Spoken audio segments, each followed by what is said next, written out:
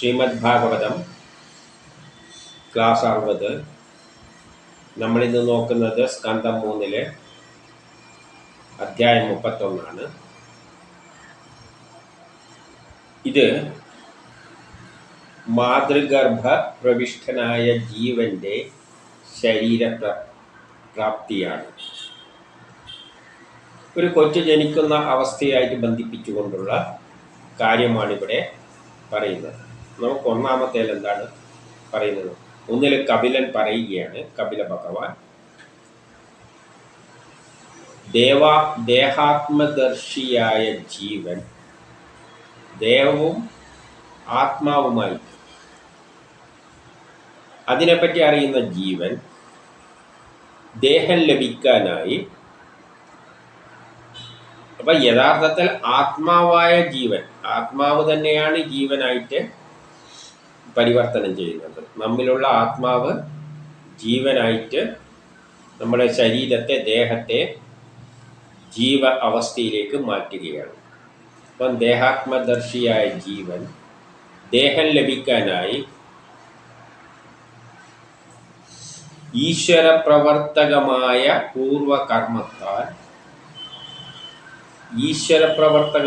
പൂർവകർമ്മത്താൽ അപ്പം കഴിഞ്ഞ ജന്മത്തിലും നമ്മൾ ജനിച്ചിട്ടുണ്ട്. എന്തിനു വേണ്ടിയിട്ട്? ഈശ്വരൻ്റെ പ്രവർത്തന ഫലമായിട്ട് കഴിഞ്ഞ ജന്മത്തിലും നമ്മൾ ജനിപ്പിച്ചു. അപ്പം ഈശ്വരൻ നമ്മളെ ജനിപ്പിക്കുന്നത് പ്രകൃതിക്ക് ഈശ്വരൻ ഒരു വലിയ സൃഷ്ടി നടത്തിക്കൊണ്ടിരിക്കുകയാണ്. ആദ്യത്തെ ബ്രഹ്മത്തിൽ നിന്ന് തുടങ്ങി അവസാനം സുന്ദരമായ ഒരു വസുദേവ കുടുംബം, ഘട്ടം ഘട്ടമായി. അതിൽ ഓരോ കാലഘട്ടത്തിലും കർമ്മം ചെയ്യുവാനായിക്കൊണ്ടാണ് നമ്മളെ ജനിപ്പിക്കുന്നത്. അപ്പോൾ ഈശ്വരൻ്റെ ആ ഒരു സൃഷ്ടിയിൽ പങ്കെടുത്ത് നമ്മുടേതായ കർമ്മം ചെയ്യിപ്പിക്കാൻ വേണ്ടിയാണ് നമ്മളെ സൃഷ്ടിച്ചിരിക്കുന്നത്. അതിന് വേണ്ടിയിട്ട് കഴിഞ്ഞ ജന്മത്തിൽ സൃഷ്ടിച്ചിട്ട് ആ പ്രവർത്തനങ്ങളെല്ലാം ചെയ്ത ശേഷം മരിച്ചിട്ട് ഇപ്പോഴും ജനിക്കാൻ പോവുകയാണ് ആ ജീവൻ. അപ്പോൾ ആ ജീവനല്ലേ ആത്മാവ്. ആത്മാവ് എന്ന് പറഞ്ഞാൽ ഇനി ചെയ്യാനുള്ള കർമ്മമുള്ള ആ പ്ലാൻ. ഇനിയുള്ള ജീവിതത്തിൽ ഈ കാലഘട്ടം, കഴിഞ്ഞ ജന്മത്തിൽ കഴിഞ്ഞ് ഈ കാലഘട്ടത്തിലും വരികയാണ്. അപ്പോൾ ഈ കാലഘട്ടത്തിൽ പുരോഗതി ഉണ്ടാവും. ആ പുരോഗതിക്കനുസരിച്ച് ഇനിയുള്ള കർമ്മങ്ങളിൽ പങ്കെടുക്കാനായി പുരുഷൻ്റെ ശുക്ലത്തിലൂടെയാണ് സ്ത്രീയുടെ ഗർഭപാത്രത്തിലേക്ക് കടക്കുന്നത്. അതിന് യോജിച്ച പുരുഷൻ്റെയും സ്ത്രീയുടെയും ശുക്ലത്തിലൂടെയും ബീജവും അണ്ടവും ചേർന്നിട്ടാണ് ഗർഭപാത്രത്തിലേക്ക് കടക്കുന്നത്. അപ്പോൾ ഈ കർമ്മത്തിൽ ഈ സമയത്ത്, ഈ ജന്മത്തിൽ, ഈ കാലഘട്ടത്തിൽ ഒരു കർമ്മമുണ്ട്. ആ കർമ്മത്തിന് യോജിച്ച ഒരു പുത്രനാണ് വേണ്ടത്, ഒരു കുട്ടിയാണ് വേണ്ടത്. അപ്പോൾ എന്ത് ചെയ്യും? ഈ യോജിച്ച കുട്ടി ഉണ്ടാണ്ടിക്ക് എന്ത് വേണം?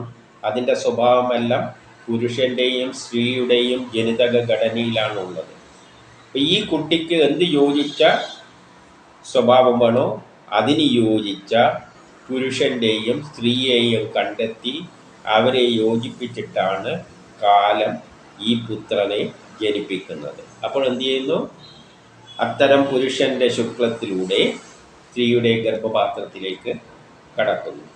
ഇനി 2 പറയുന്നു, ഒരു നാൾ കൊണ്ട് ശുക്രശോണിതങ്ങൾ മിശ്രിതമായി ഭവിച്ച് അത് ശുക്ലത്തിലെയും ബീജോ അണ്ടത്തിലെയും കൂടിച്ചേർന്നിട്ട് 5 നാൾ കൊണ്ട് ഒരു പോളകമായി തീരുന്നു. 5 നാളിൽ അതൊരു പോളകമായി തീർന്നു. 10 നാൾ കൊണ്ട് പേരക്ക പോലെ കഠിനമാകുന്നു. പേരക്കേൻ്റെ രൂപത്തിൽ കഠിനമാകുന്നു 10 നാൾ കൊണ്ട്. അതിൻ്റെ വളർച്ചയെ പറ്റി പറയുകയാണ്. അതിനുശേഷം ഒരു മാംസപിണ്ഡമായോ മുട്ടയായോ പരിണമിക്കുന്നു. അപ്പം മാംസപിണ്ഡമാരാണ് പ്രസവിക്കുന്ന.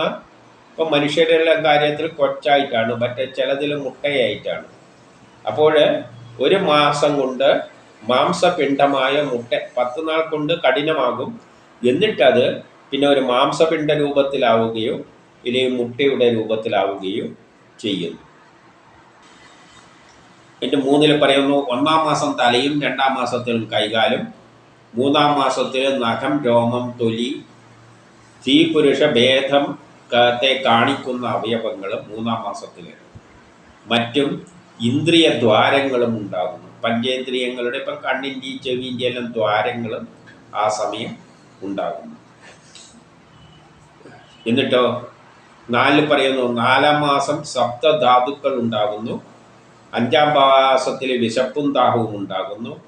6-ല് ജരായു എന്ന നേർത്ത ചർമ്മത്താൽ മൂടപ്പെട്ട് 6-ാം മാസത്തിൽ ജരായു എന്ന ഒരു നേർത്ത ചർമ്മത്താൽ മൂടപ്പെട്ട് വയറ്റിനുള്ളിൽ വലതുവശത്ത് കറങ്ങിത്തുടങ്ങുന്നു. വയറ്റിൻ്റെ അകത്ത് വലതുവശത്തായിട്ട് കറങ്ങിത്തുടങ്ങുന്നു എന്ന് പറയുകയാണ്.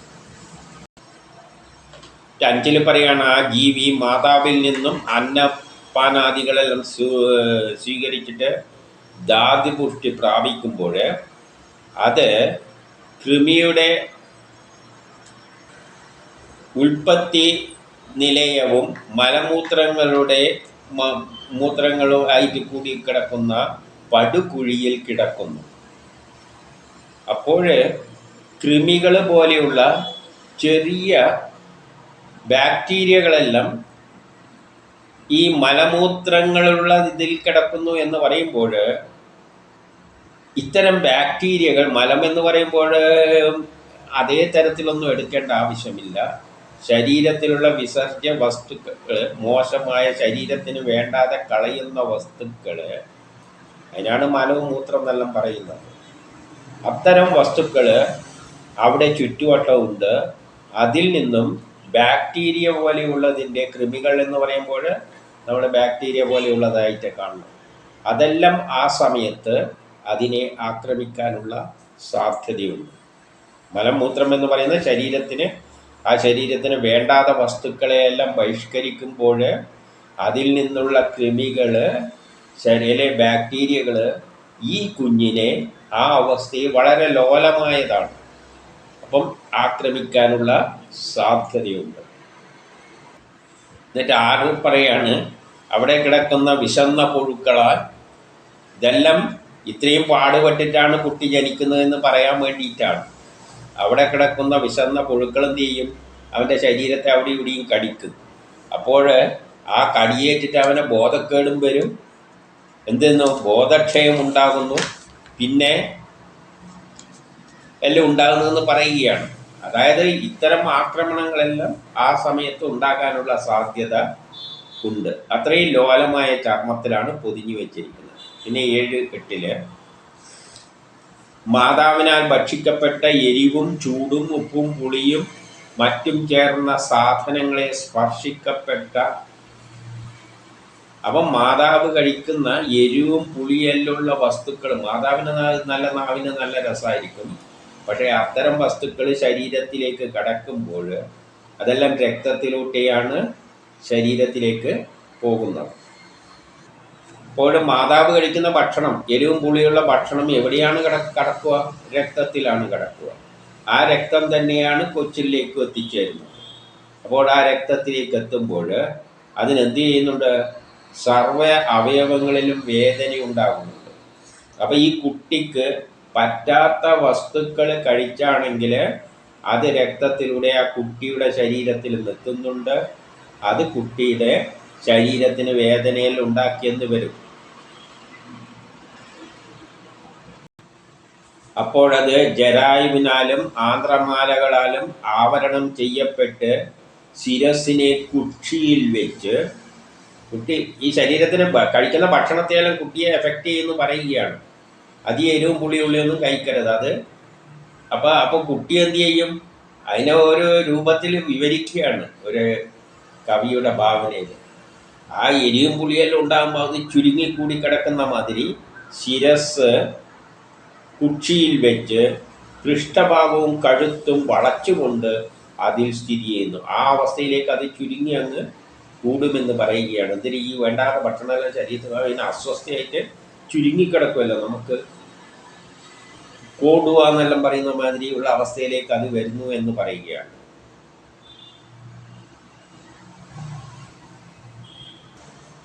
അപ്പോൾ 9 പറയുകയാണ്, അവിടെ കൂട്ടിൽ കിടക്കുന്ന പക്ഷികളൊക്കെ, ഒരു കൂട്ടിലെ പക്ഷി കണക്കെയാണ് അത് കിടക്കുന്നത്. പക്ഷിക്ക് എന്ത് ചെയ്യാൻ പറ്റില്ല? സ്വശരീരത്തിലെ ചേഷ്ടകൾ കാണിക്കാൻ പറ്റില്ല. അതിനിങ്ങനെ ചിറകെല്ലാം അടിച്ചിട്ട് ആ കൂട്ടിലൂടെ വറക്കാനൊന്നും ആ ചേഷ്ടകളൊന്നും കാണിക്കാൻ പറ്റില്ല. അതേപോലെ ഒരു കൂട്ടിലുള്ള പക്ഷിയെപ്പോലെ ചേഷ്ടകളൊന്നും കാണിക്കാൻ പറ്റാതെ അവിടെ ഒന്നും കാണിക്കാനില്ല. അതുകൊണ്ട് എന്ത് ചെയ്യുന്നു? അശക്തനായി പൂർവ ജന്മസ്മരണകളോടെ അനേകം ജന്മത്തിലുണ്ടായ കർമ്മങ്ങൾ ഓർത്ത് കിടക്കുന്നു. അപ്പം ആ സമയത്ത് അവനിലൂടെ കഴിഞ്ഞ ജന്മങ്ങൾ പല തലമുറകളിലൂടെ കടന്നുപോയി അവൻ ജനിച്ചതും ചെയ്ത കർമ്മങ്ങളെപ്പറ്റിയെല്ലാം അവൻ്റെ മനസ്സിലൂടെ ഓർത്തുകൊണ്ടാണ് അവൻ കിടക്കുന്നത്. അപ്പോൾ ആ സമയത്ത് അവന് കഴിഞ്ഞ ജന്മങ്ങളിലെല്ലാം ജനിച്ചതും എന്തായിട്ട് ജനിച്ചു, എന്ത് ചെയ്തു എന്നുള്ളതിനെ പറ്റിയെല്ലാം അവൻ ആ സമയത്ത് ഓർമ്മയുണ്ട്. ഇനി 10 7-ാം മാസം ബോധം ലഭിച്ചവൻ വായുക്കളാൽ ഇളക്കപ്പെട്ട് ഒരിടത്ത് ഇരിപ്പ് കൊള്ളുകയില്ല. അപ്പോൾ 7-ാം മാസമാകുമ്പം അവന് കുറച്ച് ബോധമെല്ലാം വരും. വായുക്കളുടെ വായു എന്ന് പറയുമ്പോൾ ശരീരത്തിൽ നെർവസ് സിസ്റ്റം എല്ലാം ആയിട്ടെടുക്കാം. അതിലൂടെ ഇളക്കപ്പെട്ടിട്ട് എന്ത് ചെയ്യണം? ഒരിടത്ത് ഇരിക്കാൻ പറ്റാതെ മാതിരിയുള്ള അവസ്ഥ എത്തിയിട്ട് നിൽക്കും. 11 പറയുകയാണ്, ദേഹാത്മദർശിയായ ഭഗവാൻ ജീവൻ അപ്പോഴ് കൈകൂപ്പിക്കൊണ്ട്, അപ്പൊ അവന്റെ കൈയുടെ പൊസിഷനിൽ ഒരു പ്രത്യേക തരത്തിലായിട്ട് വരുന്നുണ്ട്. അതുകൊണ്ട് എന്ത് പറയാണ്? കൈ കൂപ്പിക്കൊണ്ട് ആ അവസ്ഥയെ വിവരിച്ചു തരികയാണ്, എങ്ങനെയാണോ ഉള്ളത്. കൈ കൂപ്പിക്കൊണ്ട് തന്നെ ഗർഭത്തിലേക്ക് പ്രവേശിപ്പിച്ച ആ ശക്തിയെ, പിതാവും മാതാവും അല്ല, പിതാവിനും മാതാവിനെ കാട്ടി മുകളിലുള്ള ആ ശക്തിയാണ് ഇവരിലോട്ട് ഈ കുട്ടീനെ ജനിപ്പിച്ചിരിക്കുന്നത്. കാലത്തിന്റെ പിന്നിലുള്ള ശക്തിയാണ് പുതിയ കർമ്മം ചെയ്യാനായിട്ട് അവനെ സൃഷ്ടിച്ചിരിക്കുന്നത്. ആ സൃഷ്ടിച്ച ശക്തിയെ അവൻ സ്തുതിക്കുന്നത് പോലെ, കൈകൂപ്പിക്കൊണ്ട് സ്തുതിക്കുന്നത് പോലെ കിടക്കുന്നതായിട്ടാണ് തോന്നുക എന്ന് പറയുകയാണ്. അങ്ങനെ തോന്നുന്നു. എന്നിട്ട് ഇങ്ങനെയല്ല അവൻ പ്രാർത്ഥിക്കുന്നു എന്ന് തോന്നിപ്പോകുന്നു. എന്നിട്ട് ഗർഭത്തെ ജീവൻ പറയുന്നതായിട്ട് ചില കാര്യങ്ങൾ പറയുകയാണ്. അപ്പൊ ആ കയ്യും കൂപ്പിയിട്ട് കൈ അങ്ങനെ ചേർത്ത് വെച്ചിട്ട് ആ കുട്ടിയുടെ അപ്പോഴത്തെ അവസ്ഥയാണ് നിൽക്കുന്നത്. തലയും കുരിച്ച് നിൽക്കുമ്പോൾ ഭയപ്പാടോടുകൂടി അവൻ സൃഷ്ടിച്ച ആ ശക്തി വിശേഷത്തെ പ്രാർത്ഥിക്കുകയാണ് എന്ന് തോന്നിപ്പോ. യഥാർത്ഥത്തെ പ്രാർത്ഥിക്കുന്നൊന്നുമില്ല ഇതിന്. അതുപോലെ തോന്നിപ്പിക്കുന്ന തരത്തില് അതാണ് തോന്നുന്നത് എന്ന് പറയുകയാണ്. എന്നിട്ട് അവൻ എന്താണ് പ്രാർത്ഥിക്കുന്നത് എന്ന് പറയുകയാണ്. ഇങ്ങനെ പ്രാർത്ഥിക്കുന്നതായിട്ട് തോന്നും. എന്നിട്ട് 12 മുതൽ അത് പറയുകയാണ്. ഗർഭസ്ഥ ജീവൻ പറയുകയാണ്. 12 പറയുന്നു, ആ ശിശു പറയുന്നതായിട്ട് പ്രാർത്ഥിക്കുന്ന മാതിരി പറയുകയാണ്. യാതൊരുവനാൽ എനിക്ക് യോജിച്ചതായ ഇത്തരത്തിലുള്ള ഗർഭസ്ഥിതി കാണിക്കപ്പെട്ടുവോ ആ ലോകപാലകന്റെ തൃപ്പാദത്തെ ഞാൻ ശരണം പ്രാപിക്കുന്നു. കാരണം അതിനെ ശരണം പ്രാപിച്ചിട്ട് തന്നെയാണ് അവൻ ജനിക്കുന്നത്. കാരണം ജനിക്കുന്നവരെയുള്ള നമുക്കൊന്നും ചെയ്യാൻ പറ്റില്ല. അല്ല, അച്ഛനും അമ്മയും വിചാരിച്ച് എന്ത് ചെയ്യാൻ പറ്റാണ്? ആ പാലകൻ തന്നെയാണ് അതിനെ പരിപാലിച്ചിട്ട് നല്ല നിലയിലായിട്ട് പ്രസവിപ്പിക്കുന്നത്. അതിൻ്റെ ഇടയ്ക്ക് കിടക്കുന്ന കാര്യമെല്ലാം നമ്മളെ കൺട്രോളിലല്ല, അതെല്ലാം അതിൻ്റെ കൺട്രോളിലാണ്. അപ്പോൾ അത് പ്രാർത്ഥിക്കുകയാണ്, നിന്റെ തൃപ്പാദത്തെ ഞാൻ നമിക്കുന്നു. ഇനി 13 എന്നിലെ 13 പറയുകയാണ്, എന്നിലെ അന്ധകരണമാകുന്ന മായയെ ആശ്രയിച്ച് യാതൊരുവൻ കർമ്മങ്ങളാൽ ബന്ധിതനായിരിക്കുന്നത് പോലെ ഇങ്ങിരിക്കുന്നുവോ ആ ഞാൻ. അതായത് കർമ്മങ്ങൾ ചെയ്യാൻ വേണ്ടിയിട്ടാണ് എന്നെ സൃഷ്ടിക്കാൻ പോകുന്നത്. അപ്പം അങ്ങനെയുള്ള അവസ്ഥ മായയുടെ അടിസ്ഥാനത്തിലാണ് എന്നെ സൃഷ്ടിക്കുന്നത്. മായയെ ബന്ധിപ്പിച്ചുകൊണ്ട് കർമ്മങ്ങൾ ചെയ്യുവാൻ വേണ്ടി സൃഷ്ടിക്കുന്ന ഈ ഞാൻ. കാരണം എന്നെ ജനിപ്പിക്കുന്നതിന് ഒരു കർമ്മമുണ്ട്, അതിനു വേണ്ടിയിട്ടാണെന്ന് ജനിപ്പിക്കുന്നത്. അത് മായയുടെ അടിസ്ഥാനത്തിലാണ് എന്നെ കൊണ്ട് കർമ്മം ചെയ്യിക്കാൻ പോകുന്നത്. അങ്ങനെയുള്ള ഈ ഞാൻ ആസകലം തപിപ്പിക്കപ്പെട്ട ഹൃദയത്താൽ, തപിപ്പിക്കപ്പെട്ട എന്ന് പറയുമ്പോൾ നമ്മൾ പല തത്വങ്ങളുടെ അടിസ്ഥാനത്തിൽ സത്വരജോ ഗുണ തപോ ഗുണങ്ങളുടെ എല്ലാം അടിസ്ഥാനത്തിലാണ് ഈ കർമ്മങ്ങളെല്ലാം ശരീരത്തിൽ നടക്കുന്നത്. അങ്ങനെയുള്ള ഹൃദയത്തിൽ അന്തർലീനമായിരിക്കുന്ന അവബോധത്തോടുകൂടി ഇരിക്കുന്ന നിർവികാരനായ ഇവിടത്തെ ആത്മതത്വത്തെ നമസ്കരിക്കുന്നു. ഇതെല്ലാം സംഭവിക്കുന്നതിൻ്റെ പിന്നിൽ എന്തുണ്ട്? ഒരാത്മതത്വമുണ്ട്. എന്താണത്? ബ്രഹ്മം, നിർഗുണമായ ബ്രഹ്മം കർമ്മം ചെയ്യുവാൻ വേണ്ടിയിട്ട് മനുഷ്യരെ പല ആത്മതത്വങ്ങളിലൂടെയാണ് സൃഷ്ടിച്ച് പുറത്തേക്ക് വരുന്നത്. അതിൻ്റെ പിന്നിലുള്ള ശക്തി ഈ ബ്രഹ്മമാണ്, അല്ലെങ്കിൽ ഈ ഭഗവാനാണ്. ആ ഭഗവാനെ ഞാൻ നമസ്കരിക്കുന്നു. ഇങ്ങനെയെല്ലാം കുട്ടി അവിടെ ഇരുന്ന് പറയും, ചിന്തിക്കും എന്ന നിലയിൽ അവതരിപ്പിക്കുന്നതാണ്. അല്ലാതെ കുട്ടി അവിടെ ഇതൊന്നും ചിന്തിച്ചുകൊണ്ടല്ല ഇരിക്കുന്നത്. എന്നാലും അവന് അവബോധമുണ്ട് എന്നുള്ളൊരു വാക്കും അവിടെ പറഞ്ഞു വെച്ചിട്ടുണ്ട്. എന്നിട്ട് 14 പറയുകയാണ്, യാതൊരുവൻ, അതായത് ആ ശക്തി വിശേഷം പഞ്ചഭൂതങ്ങളാകുന്ന ഈ ശരീരത്തിൽ, പഞ്ചഭൂതങ്ങളെ കൊണ്ടാണ് ഈ ശരീരം നിർമ്മിച്ചിരിക്കുന്നത്. വേണ്ട ശരീരം എല്ലാം പഞ്ചഭൂതങ്ങൾ, രക്തത്തിൽ നിന്ന് കിട്ടുന്നത് എല്ലാം ഉപയോഗിച്ചിട്ട് ആകാശം എല്ലാം കൂടിയിട്ട് ഗ്രഹങ്ങളുമെല്ലാം അതിനെ ഇൻഫ്ലുവൻസ് ചെയ്യുന്നുണ്ട്. കാരണം ഗ്രഹങ്ങളുടെ സമയത്തിൻ്റെ ആ കാലചക്രത്തിൻ്റെ അടിസ്ഥാനത്തിലാണ് വളർച്ചയെല്ലാം പ്രാപിക്കുന്നത്.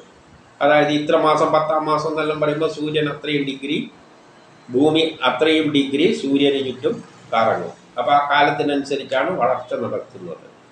ഈ ശരീരത്തിൽ മറഞ്ഞിരുന്നു കൊണ്ട്, അപ്പോൾ ആ ശക്തിവിശേഷം തന്നെയാണ് ഈ ശരീരത്തിൽ ഇരുന്നു കൊണ്ട് ഈ വളർച്ചയ്ക്ക് വേണ്ട എല്ലാ കാര്യങ്ങളും ചെയ്യുന്നത്. ഇന്ദ്രിയങ്ങൾ, ഗുണങ്ങൾ, ചേതന എന്നിവ തൻ്റെ സ്വരൂപമായി, ആ ശക്തി തന്നെയാണ് ഇന്ദ്രിയങ്ങളും അതിൻ്റെ ഗുണങ്ങളും അതിൻ്റെ ചേതനയെല്ലാമാണ് തൻ്റെ സ്വരൂപമായി. അപ്പം അത് തന്നെയാണ് ഈ കുട്ടിയുടെ സ്വരൂപത്തിൽ വരാൻ പോകുന്നത്. ബ്രഹ്മം തന്നെയാണ് എല്ലാമായി, പ്രപഞ്ചത്തിലുള്ള എല്ലാമായി മാറിയത്. ഈ കുട്ടിയായിട്ടും അത് ഈ സ്വരൂപത്തിൽ അതിൻ്റെ ഗുണങ്ങളും ചേതനയെല്ലാം അതിൻ്റെ സ്വരൂപമായി കരുതിയിരിക്കുന്നുവോ, ആ ശരീരബന്ധം മൂലം മഹിമയോട് കൂടിയും സർവജ്ഞനായും പ്രകൃതി പുരുഷൻ്റെ നിയന്താവായി, പ്രകൃതിയുടെയും പുരുഷൻ്റെയും നിയന്താവായും ഇരിക്കുന്ന ആ പരമപുരുഷനെ വണങ്ങുന്നു. അപ്പോൾ ആ പരമപുരുഷൻ തന്നെയാണ് പ്രകൃതി. പുരുഷൻ പ്രകൃതി എന്ന രൂപത്തിൽ മാറുമ്പോൾ ആ പ്രകൃതിയുടെ അംശം തന്നെയാണ് ഈ കുട്ടിയും. അതും ഈ പുരുഷൻ തന്നെയാണ്. ഇത് തന്നെയാണ് ആ രൂപം ധരിച്ച്, കുട്ടിയുടെ രൂപം ധരിച്ചിട്ട് അതിൻ്റെ ഗുണങ്ങളും ചേതനകൾക്കെല്ലാം അടിസ്ഥാന കാരണം. ആ തരത്തിലായിട്ട് മാറുന്ന നിൻ തിരുവടിയെ ഞാൻ എന്ത് ചെയ്യുന്നു? വണങ്ങുന്നു. ചുരുക്കത്തിൽ അവൻ്റെ ശേഷം നടക്കുന്ന എല്ലാ സംഭവവികാസങ്ങളും ആ ശക്തിയുടെ നിയന്ത്രണത്തിനാണുള്ളത്. അതാണ് ഈ കുട്ടിയെ വളർത്തിയിട്ട് ഘട്ടം ഘട്ടമായിട്ട് പരിവർത്തനം ചെയ്തെടുക്കുന്നത്. യഥാർത്ഥത്തിൽ അത് തന്നെയാണ് ആ കുട്ടിയായിട്ട് മാറി വരുന്നത്. എന്നിട്ട് പറയാണ്, യാതൊരുവൻ്റെ മായയാൽ സ്വസ്വരൂപ സ്മരണ വിട്ടുപോയിട്ട് യഥാർത്ഥത്തിൽ ആ ബ്രഹ്മം തന്നെയാണ്, ആ ഭഗവാൻ തന്നെയാണ് ഈ കൊച്ചായിട്ട് രൂപാന്തരം പ്രാപിക്കുന്നത്. ആ ഭഗവാൻ തന്നെ കൊച്ചായിട്ട് രൂപാന്തരം പ്രാപിക്കുമ്പോൾ ആ കൊച്ചിനും ഭഗവാനാണെന്നൊരു തോന്നലുണ്ടാണല്ലോ. പക്ഷെ ഇവിടെ അത് നഷ്ടപ്പെട്ടു പോവുകയാണ്. എന്തുവരെയാണ്? അവൻ്റെ സ്മരണ വിട്ടുപോയിട്ട്. അപ്പോൾ അത് തന്നെയാണ് കൊച്ചായിട്ട് മാറുന്നുണ്ടെങ്കിലും അവൻ്റെ സ്മരണയിൽ അതിലുണ്ടാകുന്നില്ല. അവൻ വേറൊന്ന് ഞാനെന്നൊരു രൂപത്തിലേക്ക് മാറുകയാണ്. അല്ലാതെ അവന് ഞാൻ ആ ബ്രഹ്മമാണ് എന്ന ചിന്ത ഉണ്ടാകുന്നില്ല. അതുകൊണ്ടാണ് അതിനെ പ്രാർത്ഥിക്കുന്നത്. അപ്പം സ്മരണ വിട്ടുപോയിട്ട് ഗുണഹേതുവായി. അപ്പം ഈ കുട്ടിക്ക് കുറേ ക്വാളിറ്റീസ് എല്ലാം ഉണ്ടാക്കി കൊടുത്തിട്ടുണ്ട്. അതും ആ ബ്രഹ്മത്തിൽ നിന്ന് വന്നാണ്. ആ ഗുണങ്ങൾ ഉണ്ടാക്കിയിട്ട് കർമ്മങ്ങളാൽ ബന്ധനത്തിലായി. അപ്പോൾ കുട്ടിയിൽ കർമ്മം ചെയ്യാൻ വേണ്ടിയിട്ടാണ്. അടുത്ത ജന്മത്തിൽ കർമ്മം ചെയ്യാൻ വേണ്ടിയിട്ടാണ് ജനിപ്പിക്കുന്നത്. അപ്പം കർമ്മങ്ങളാൽ ബന്ധനസ്ഥനായിട്ട് ക്ലേശത്തോടെ നിന്നിരിക്കുന്ന ഈ ജീവൻ അപ്പോൾ ബന്ധനം ഉണ്ടാകും, ക്ലേശങ്ങളും ഉണ്ടാകും. സർവേശ്വരന്റെ ഉപായം കൊണ്ട് മാത്രമാണ് ഈ സ്വരൂപം ലഭിക്കുന്നത്. ഇതെല്ലാം ലഭിക്കുന്നത് എന്തുകൊണ്ടാണ്? ആ സർവേശ്വരന്റെ ഒറ്റ ഇടപെടൽ കൊണ്ട് തന്നെയാണ്. ഇനി 16 പറയുകയാണ്, ഈ ഒരു ത്രികാലജ്ഞാനത്തെ മറ്റാര് എന്നിൽ ഉളവാക്കി. ത്രികാലജ്ഞാനം എന്ന് പറഞ്ഞാൽ കഴിഞ്ഞ 3 കാലഘട്ടങ്ങളിൽ അവൻ ജനിക്കുന്നതിന് മുമ്പിലുള്ള കാലഘട്ടം, ജനിച്ച് ഇനി അവന് ചെയ്യേണ്ട കാലഘട്ടം, അതായത് ജനിക്കുന്നതിൻ്റെ മുമ്പിൽ ഏതെല്ലാം ജന്മമെടുത്തോ അതിലെന്തെല്ലാം കർമ്മങ്ങൾ ചെയ്തോ എന്നെല്ലാം അവൻ്റെ മനസ്സിലൂടെ കടന്നു പോകുന്നുണ്ട്. ഇനിയുള്ള ജന്മങ്ങളിൽ എന്തെല്ലാം കർമ്മങ്ങൾ ചെയ്യണം, എങ്ങനെയെല്ലാം ജനിക്കണം എന്നതും ആ ഒരു മനസ്സിലൂടെ കടന്നു പോകുന്നുണ്ട്. ഈ ജ്ഞാനം ആർക്കാണ് ഉണ്ടാക്കാൻ പറ്റുന്നത്? സ്ഥാവര ജംഗമങ്ങളുടെ അന്തരാമിയായിരിക്കുന്ന, സ്ഥാവര ജംഗമമായിരിക്കുന്ന എല്ലാ വസ്തുക്കളുടെയും അകത്തിരിക്കുന്ന ആ സർവേശ്വരന് മാത്രമേ അത് സാധിക്കുകയുള്ളൂ. ഈ ജ്ഞാനലയത്തിലൂടെ കടത്തിക്കൊണ്ടുപോകാൻ ജീവനാധാരമായ കർമ്മത്തിന്, ജീവൻ എന്തിനു വേണ്ടിയാണ് നമ്മൾ ജനിക്കുന്നത്? കർമ്മം ചെയ്യാനാണ്. ഒരു കർമ്മം ചെയ്യാൻ വേണ്ടിയാണ് നമ്മളെ ജനിപ്പിക്കുന്നത്. ആ കർമ്മം അനുവർത്തിക്കുന്നതിന് ജീവാത്മാക്കൾ എന്ത് ചെയ്യുന്നു? താപത്രയങ്ങളുടെ ഉപശാന്തിക്കായും, താപത്രയങ്ങൾ അതായത് സത്വരജോ ഗുണങ്ങളിലൂടെയെല്ലാം ഉണ്ടാകുമ്പോഴുള്ള കർമ്മത്തെയെല്ലാം അതിലൂടെയുള്ള പ്രയാസങ്ങൾ ആ ഒരു തത്വത്തിൻ്റെ അടിസ്ഥാനത്തിലാണ് നമ്മൾ പ്രവർത്തിക്കുന്നത്. അതിൻ്റെ അടിസ്ഥാനത്തിൽ പ്രവർത്തിക്കുമ്പോൾ പല പ്രശ്നങ്ങളെല്ലാം ഉണ്ടാകുന്നുണ്ട്. അതിനെല്ലാം തരണം ചെയ്യും. ഒരു കർമ്മം ചെയ്യേണ്ടിയിട്ട് തടസ്സങ്ങളെ നേരിട്ടുകൊണ്ടാണ് കർമ്മം ചെയ്യേണ്ടത്. അപ്പോൾ ആ താപത്രയങ്ങളുടെ ഉപശാന്തിക്കായി, അതെല്ലാം ശാന്തി ചെയ്യേണ്ടി കറക്റ്റേ പറ്റുള്ളൂ. ഗർഭത്തിൽ നിന്ന് ഒരു കുട്ടി പുറത്തേക്ക് വരണ്ടെങ്കിൽ തന്നെ അതിൻ്റേതായ കുറേ പ്രയാസങ്ങളെല്ലാം ഉണ്ട്. അതിനെയെല്ലാം അതിൻ്റെ ഉപശാന്തിക്കായി സർവേശ്വരനോട് പ്രാർത്ഥിക്കുകയാണ് കുട്ടി. ഇനി 17 പറയാണ്, അവരെവിടെയാണ് കിടക്കുന്നത്? മാതാവിൻ്റെ ശരീരത്തിലെ ചോരയും മലവും മൂത്രവും നിറഞ്ഞ പാഴ്ക്കിണറ്റിൽ വീണ്, ഈ മൂത്രവും ഇതുമെല്ലാം വരുന്നത് എങ്ങനെയാണ്? ആ രക്തക്കുഴലിലൂടെ ആ കൊച്ചിൻ്റെ അകത്തേക്ക് കടന്നിട്ട് അതിലുള്ള വിസർജ്ജ വസ്തുക്കളെല്ലാം എടുത്തുകൊണ്ടാണ് ശരീരം പോകുന്നത്. അപ്പോൾ യഥാർത്ഥത്തിൽ കാരണം നല്ല രക്തം വരികയും വേണം, അതിൻ്റെ കൂട്ടത്തിൽ ശരീരത്തിൽ നിന്ന് വേണ്ടാത്ത കാര്യങ്ങളെല്ലാം ദ്രവരൂപത്തിലുള്ളതായി കരരൂപത്തിലുള്ള അതിനെയാണ് മൂത്രവും മലവും എല്ലായിട്ട് ചിത്രീകരിക്കുക. അതിനെല്ലാം ശരീരത്തിൽ നിന്ന് എടുത്ത് പുറത്തേക്ക് കൊണ്ടുപോകുന്നുണ്ട്. പിന്നെ ഇത് കിടക്കുന്ന സ്ഥലം ഏകദേശം അങ്ങനത്തെ സ്ഥലത്ത് തന്നെയാണ്. അതുകൊണ്ടാണ് മൂത്രവും നിറഞ്ഞ പാഴ്ക്കിണറ്റിൽ, അതെല്ലാം കൂടി കിടക്കുന്നതിൻ്റെ പാഴ്ക്കിണറ്റിൽ, ഒരു കിണറ്റിലാണ് വീണ് കിടക്കുന്നത്, ഒരു ഗുഹയിൽ. അതെല്ലാം ഉള്ള സ്ഥലങ്ങളുടെ ഒരു ഗുഹയിൽ. എന്നിട്ട് എന്ത് പറയുന്നു? വീണ് ജഡരാഗ്നിയിൽ ചുട്ടുകൊള്ളുന്ന ഉടലോട് കൂടിയിരുന്ന്, ജഡരാഗ്നി ഇനിയെല്ലാം ശരീരത്തിൽ വെച്ച് ദഹിപ്പിക്കുമ്പോൾ കുട്ടിയും വളരുന്നുണ്ടല്ലോ അവിടെ നിന്ന്. അപ്പൊ ഈ രക്തത്തിൽ നിന്നുള്ള എല്ലാം കിട്ടിയിട്ട് കുട്ടീനെ വളരുമ്പോൾ ചൂട് പുറത്തേക്ക് വരും. നമ്മളെ ശരീരത്തിൽ നിന്ന് ചൂട് പുറത്തേക്ക് വരുന്നില്ല. നമ്മളെ ശരീരത്തിൽ എന്തൊക്കെ രാസപ്രവർത്തനങ്ങളെല്ലാം നടക്കുമ്പോൾ ഉണ്ടാകുന്ന ചൂടിൻ്റെ എല്ലാം ശരീരം തൊക്കിലൂടെയാണ് വെളിയിൽ കിടക്കുന്നത്. അപ്പൊ ഈ ഗർഭപാത്രത്തിൽ നിന്ന് ചൂട്, ഈ കുട്ടിൻ്റെയും ചൂട് എല്ലാം വെളിയിൽ കളയുമ്പോൾ ചൂട് അതിൻ്റെ അപ്പോൾ എന്തുണ്ടാകും? അവിടെ ഒരു ചൂടും ഉണ്ട്. അതിനെയാണ് ഇവിടെ പരാമർശിച്ചത്. എന്ത്?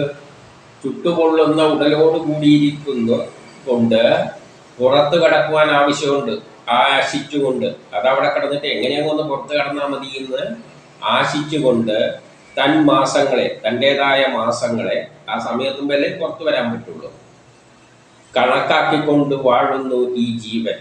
ആ മാസവും എണ്ണിക്കൊണ്ട് ആ ജീവൻ അവിടെ നിന്ന് വാഴുകയാണ്. അങ്ങനെ ഇനി 18 പറയാണ്, ഹേ രക്ഷകനെ, രക്ഷകനായ ആരാണ്? ഇതിൻ്റെ അകത്ത് കിടക്കുമ്പോൾ രക്ഷിക്കുന്ന ആരാണ്? ആ ശക്തി തന്നെയാണ്. അല്ലാതെ വേറെ നമുക്കൊന്നും രക്ഷിക്കാനൊന്നും, കൊച്ചിനെ അതിൻ്റെ അകത്തുള്ള പുറത്തുള്ളപ്പം നമുക്കെന്തെങ്കിലും ചെയ്യാം. അകത്തുള്ളപ്പം എന്ത് ചെയ്യാനാണ്? രക്ഷിക്കുന്ന, അതിനെല്ലാം പരിപാലിക്കുന്ന ആ ശക്തി തന്നെയാണ്.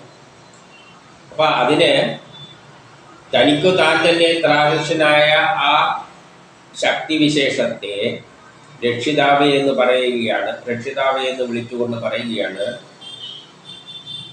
10 മാസം പ്രായം ചെന്ന ഈ ജീവൻ, അപ്പോൾ 10 മാസത്തോളായി, എപ്രകാരം ജ്ഞാനത്തെ പ്രാപിച്ചുവോ.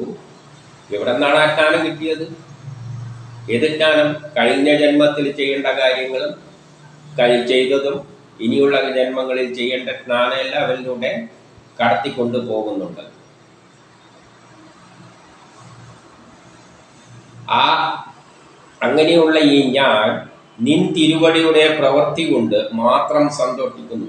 ആ നിൻ തിരുവടിയുടെ പ്രവൃത്തി, നിൻ തിരുവടിയുടെ പ്രവൃത്തിയാൽ സന്തോഷിക്കുക. കാരണം ഇത്രയും ഭംഗിയായിട്ട് ഈ കൊച്ചിനെ 10 മാസം വരെ അവിടെ പരിപാലിച്ച് ഈ പാകത്തിലെടുത്ത് എത്തിച്ച ആ ശക്തിവിശേഷത്തെ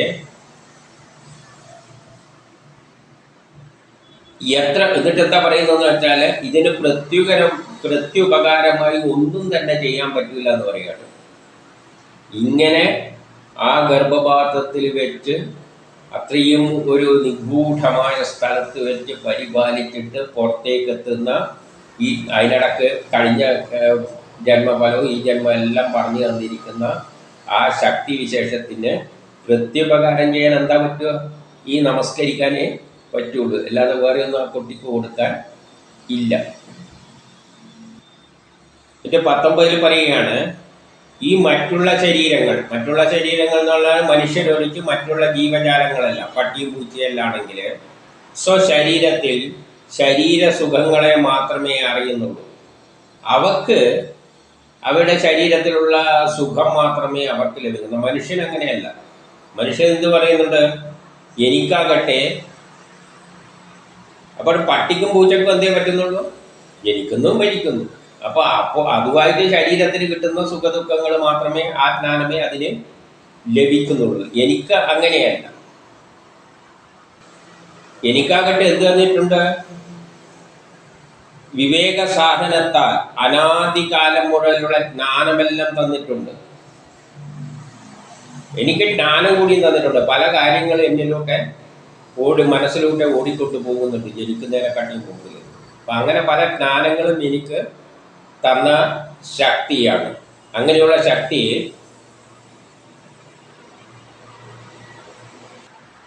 അനാദിയായും അന്തമില്ലാത്തവനായിട്ടും എല്ലാ കാലത്തെയും നിയന്ത്രിക്കുന്ന ശക്തിവിശേഷമുള്ളവനായിട്ട് ആണ് ഞാൻ എന്നിലുള്ള ക്ഷേത്രജ്ഞനെ കാണുന്നത്.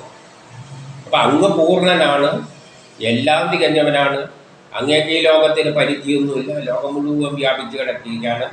അങ്ങനെയുള്ള അങ്ങയെ തന്നെയാണ് ഞാൻ എൻ്റെ ഉള്ളിലുള്ള ക്ഷേത്രജ്ഞനായിട്ട്, എൻ്റെ ജീവിതത്തിന് നയിക്കാൻ പോകുന്ന ശക്തിയായിട്ട്, ശരീരത്തെ നയിക്കാൻ പോകുന്ന ശക്തിയായിട്ട് കാണുകയാണ്. ഈ കാണാനുള്ള കഴിവ് മനുഷ്യർക്കേ ഉള്ളൂ, അല്ലാതെ ആർക്കില്ല? മൃഗങ്ങൾക്കൊന്നുമില്ല. മൃഗങ്ങൾ ജനിക്കും, അവരുടെ കർമ്മം ചെയ്ത് പോകും. പക്ഷെ മനുഷ്യന് മാത്രം എന്തുണ്ട്?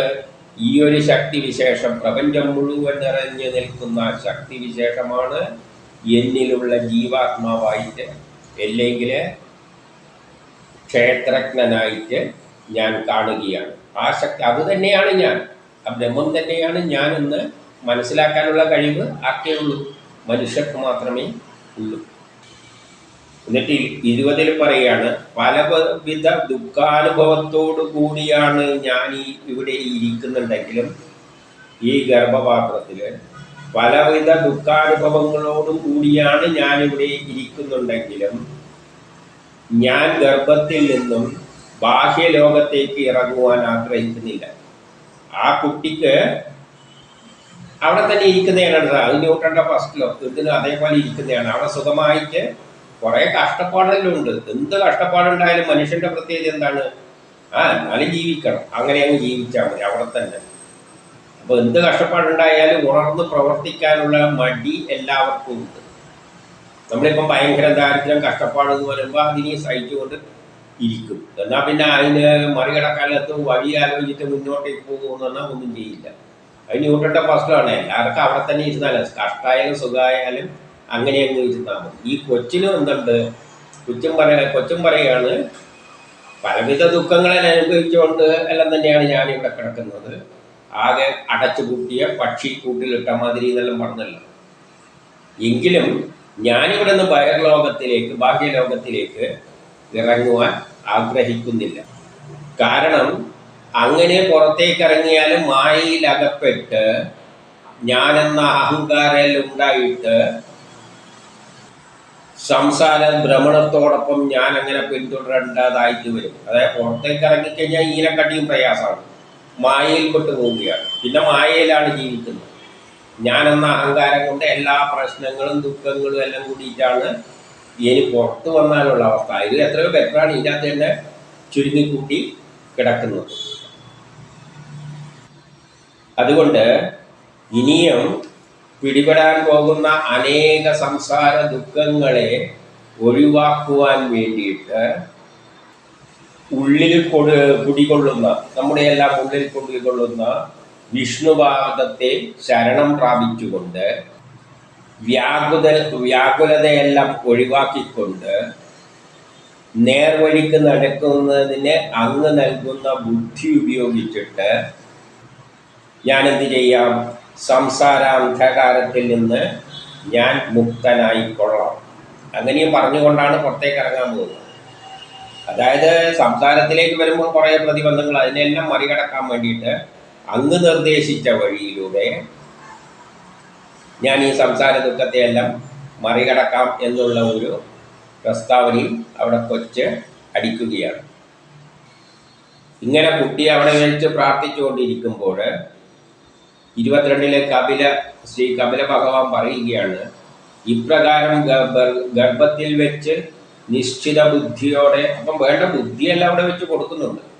ആ നിശ്ചിത ബുദ്ധിയോടുകൂടി 10ാം മാസം എത്തിയ ആ കൊച്ച്, ആ ജീവൻ ഈശ്വരനെ സ്തുതിച്ചുകൊണ്ടിരിക്കുമ്പോൾ എന്ത് ചെയ്യുകയാണ്? പെട്ടെന്ന് പ്രസവവേദന ഉണ്ടാവുകയും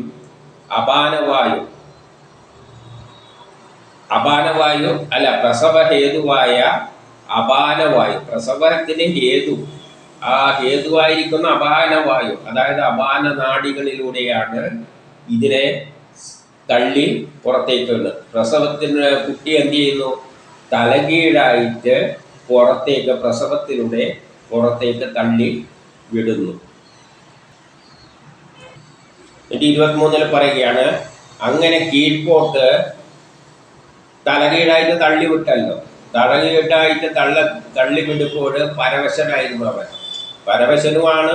ശ്വാസം വലിച്ചെടുക്കാനുള്ള പ്രയാസവും അതിനുള്ള ശക്തിയും അവനില്ല. ശ്വാസം എന്ന ശക്തിയിൽ വലിച്ചെടുക്കാനുള്ള ശക്തിയും അവന് ഇല്ല. കാരണം അതുവരെ അവിടെ ശ്വാസം, ഇവിടെ വരുമ്പോൾ ശ്വാസം എടുക്കണമല്ലോ. അപ്പം തള്ളി വിടുമ്പോൾ പരവശനായിരുന്നു, ശ്വാസം വലിച്ചു വിടാൻ അശക്തനുമായിരുന്നു. അപ്പോൾ എന്ത് പറ്റുന്നു? സ്മരണയെല്ലാം വിട്ടുപോയ, അതുവരെ കഴിഞ്ഞ ജന്മത്തിലെയും ഇനി വരാൻ പോകുന്ന ജന്മങ്ങളിലെല്ലാം എന്തെല്ലാം കർമ്മങ്ങൾ ചെയ്യണോ എന്നുള്ള ആ സത്യമെല്ലാം അവൻ അറിയാമായിരുന്നു. ഇങ്ങനെ തള്ളി പുറത്തേക്ക് വിടുമ്പോൾ അവൻ്റെ മനസ്സിൽ നിന്ന് ഇതെല്ലാം അങ്ങ് പോവുകയാണ്. പിന്നെ അവൻ മായയിൽ അകപ്പെട്ടു. അപ്പോൾ സ്മരണയെ വിട്ടുപോയനായി ഭവിച്ച് കഷ്ടതയോടെ പുറത്തേക്ക് വരുന്നു. പിന്നെ അവൻ്റെ കഷ്ടകാലം തന്നെയാണ്. സംസാര സാഗരത്തിലേക്ക് മായയുടെ പിടിയിൽ അകപ്പെട്ടുകൊണ്ട് മാറുകയാണ്. അപ്പോൾ കഴിഞ്ഞ സംഭവങ്ങൾക്ക് ഈ ജന്മത്തിന് മുമ്പുള്ള കാര്യങ്ങളും ഇനിയുള്ള ജന്മങ്ങളിലെ കാര്യങ്ങൾ, അവൻ ചെയ്യേണ്ട കർമ്മങ്ങളെ പറ്റിയെല്ലാം അവൻ മറന്നു പോവുകയാണ്. അപ്പോൾ നിലത്തെ എങ്ങനെയാണ് വീഴുന്നത്? ചോരയും മൂത്രവും വീണ്, ചോരയെല്ലാം മൂത്രമെല്ലാം വീണെടുത്താണ് ആ കൊച്ചു വീഴുന്നത്. എന്നിട്ട് എങ്ങനെ? മലത്തിലെ പുഴു പോലെ, ഒരു മല ഉണ്ടെങ്കിൽ അതിനകത്തുള്ള പുഴു പോലെ അവിടെ കിടന്നിട്ട് അവൻ പിരളുന്നു എന്ന് പറയുകയാണ്. എന്നിട്ട് എന്ത് പറ്റുന്നുണ്ട്? അതോടുകൂടി അവൻ്റെ ജ്ഞാനമെല്ലാം നഷ്ടപ്പെട്ടു പോയിട്ടുണ്ട്. അവിടെ ഇരിക്കുമ്പോൾ അവന് നല്ല ജ്ഞാനം ഉണ്ടായിരുന്നു. ഞാൻ ആരാണെന്നും എവിടെ നിന്ന് എന്താണ് എൻ്റെ ധർമ്മങ്ങൾ, കഴിഞ്ഞ ജന്മത്തിൽ ഇങ്ങനെയല്ല ആയിട്ടുണ്ട്, അടുത്ത ജന്മത്തിൽ ഇങ്ങനെയല്ല എന്നുള്ള എല്ലാ ജ്ഞാനത്തോടും കൂടി ഇരുന്ന കക്ഷി ഈടെ വരുമ്പോൾ ജ്ഞാനം നഷ്ടപ്പെട്ടു പോയി അജ്ഞതയിൽ അകപ്പെട്ടുകൊണ്ട് പിന്നെ അവന് ഒന്നും തിരിച്ചറിയാൻ പറ്റുന്നില്ല. അവൻ അജ്ഞനായി മാറി. അതുകൊണ്ട് അവൻ എന്ത് ചെയ്യാണ്? അവിടെ കിടന്നിട്ട് കരച്ചിൽ കൂട്ടുകയാണ്. അജ്ഞനായി തന്നെ പിന്നെ ഒന്നും പിടികിട്ടുന്നില്ല. പിന്നെ കരയാൻ തുടങ്ങുന്നു, കരച്ചിൽ കൂട്ടുന്നു. എന്നിട്ട് 25 പറയാണ്, മറ്റഭിപ്രായത്തെ അറിഞ്ഞുകൂടാത്തവരാൽ വളർത്തപ്പെടുന്ന അവനെ വളർത്തപ്പെടുന്ന ആൾക്കാർക്ക് എന്തില്ല? മറ്റ് ജ്ഞാനങ്ങളൊന്നുമില്ല. ഇതിനു മുമ്പിൽ ഇവനെ പറ്റിയുള്ള ശരിയായ ബോധം ബ്രഹ്മത്തെ പറ്റി, ആ ബ്രഹ്മത്തിൽ നിന്ന് ജനിച്ചു വന്നതാണ്, ഈ കഴിഞ്ഞ ഇന്നെല്ലാം ചെയ്തിട്ടുണ്ട്, ഇനി ഇങ്ങനെയെല്ലാം ചെയ്യണം, ഇതാണ് എൻ്റെ ജോലി എന്ന കാര്യം ആ ആത്മതത്വങ്ങളെല്ലാം നല്ലോണം അറിഞ്ഞിരുന്ന അവൻ പുറത്തു വരുമ്പോൾ വളർത്തപ്പെടും. ആരാണ് വളർത്തുന്നത്? ഇതൊന്നും അറിഞ്ഞുകൂടാത്ത ജനങ്ങൾ, സാധാരണ ജനങ്ങൾ. അവരെല്ലാം ഞാനെന്ന അഹങ്കാരത്തില് അജ്ഞാനത്തിൽ നിന്നുകൊണ്ട് ഞാനാണ് ഇതെല്ലാം എന്നുള്ള തീരുമാനത്തിൽ അവരാണ് ഇവനെ വളർത്തുന്നത്. അപ്പം അവരാൽ വളർത്തപ്പെട്ട അവൻ ഇഷ്ടമില്ലാത്തതിനെ പ്രാപിച്ച് അവൻ പിന്നെ ഇവര് പറയുന്ന അനുസരിച്ചുള്ളത് പ്രാപിച്ച് നിരസിക്കുവാൻ അസക്തനായിത്തീരുന്നു. അതായത് അതിനകത്ത് ശരിയും തെറ്റുമൊന്നും മനസ്സിലാക്കിയിട്ട് എന്തെങ്കിലും ഇത് ശരിയല്ല എന്നൊന്നും ചിന്തിക്കാനുള്ള കഴിവൊന്നും അവനപ്പോഴില്ല. ഇവര് വളർത്തുന്നവരാരാണോ അവരെ അനുസരിച്ച് അവൻ അത് സ്വീകരിച്ചു കൊണ്ടുവരുന്നത്. ഒരു ഹിന്ദു കുടുംബത്തിലാണ് അവൻ ജനിച്ചതെങ്കിൽ അച്ഛനമ്മമാർ പറയും നിന്റെ ദൈവം ഇതാണെന്ന് പറയും. ഒരു ക്രിസ്ത്യൻ കുടുംബത്തിലാണ് ജനിക്കുന്നതെങ്കിൽ ഇന്നതാണ് നിന്റെ ദൈവം എന്ന് പറയും. യഥാർത്ഥത്തിൽ ദൈവം ഒന്നേ ഉള്ളൂ. പക്ഷെ ഇവന്മാർക്കെല്ലാം പല ദൈവങ്ങളാണ് ഇവിടെ. യേശു വേറെയാണ്, അള്ള വേറെയാണ്, ബ്രഹ്മം വേറെയാണ്, എല്ലാം പല പലതാണ്. അപ്പം ജനിക്കുന്ന കുടുംബത്തിലെ ആൾക്കാർ എന്താണോ പറയുന്നത് അവനതുപോലെ വെഴുങ്ങിയിട്ട് ഞാൻ ഹിന്ദുവാണെന്നും പറഞ്ഞുകൊണ്ട് വർഗീയവാദികളായിട്ട് മാറുന്നതിനുള്ള കാരണം എന്തുകൊണ്ടാണ്? ഈ അജ്ഞാനികൾ വളർത്തുന്നത് കൊണ്ട് തന്നെയാണ്. 26 അവനായിട്ട് ഇതൊന്നും നിഷേധിക്കാൻ കഴിയില്ല. എന്താണോ അച്ഛനും അമ്മയും പറയുന്നത് അതുമാതിരി അങ്ങ് മനസ്സിലെടുത്തിട്ട് നടക്കും. ഇനി 26 പറയാണ്, മുട്ടയിലൂടെയും മറ്റും ജനിക്കുന്ന മറ്റു പ്രാണികളെ, അല്ലെങ്കിൽ മനുഷ്യരല്ലാതെ മൃഗങ്ങളെല്ലാം പ്രാണികളെ ദുഷിക്കപ്പെട്ട സ്ഥലത്ത് കിടത്തപ്പെട്ട അവരെവിടെ ചെയ്യും? ദുഷിച്ച എവിടെയൊക്കെ ചാണകക്കുഴിയിലോ എവിടെയെങ്കിലും എല്ലാവർക്കും കുട്ടീനെ പ്രസവിച്ചിടുക.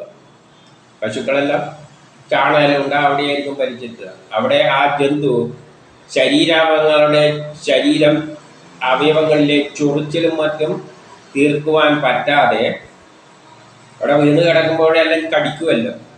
ആ അഴുക്ക് സ്ഥലത്തുള്ള എവിടെയാണ് അവരെല്ലാം പിന്നെ കട്ടിലെല്ലാം ഒന്നും അല്ലല്ലോ പ്രസവിക്കുന്നത്, പല അഴുക്ക് സ്ഥലത്തായിരിക്കും. അവിടെ എന്തുണ്ടാവും? കൃമികളെല്ലാം ഉണ്ടാവും. ആ കൃമികളെല്ലാം കടിക്കുമ്പോൾ ഒന്ന് തിരിയാനും മറയാനും എണീച്ചോടാനും അശക്തനാകുന്നു. അത് വിചാരിക്കും ഒന്ന് എണീച്ചിട്ട് എല്ലാം മാറിക്കളയാം, പക്ഷെ അതിന് അശക്തനാണ്. എണീക്കാൻ പോലും പറ്റാത്ത അവസ്ഥയിലാണ് അവര് വീഴുന്നത്. ഇനി 27 പറയുകയാണ്. ഇനി ഈ കൊച്ചിന്റെ കാര്യം പറയണം. അത് ഏത് കൊച്ചായാലും ഈച്ചകൾ, കൊതുകൾ, മൂട്ടകൾ മൂലവ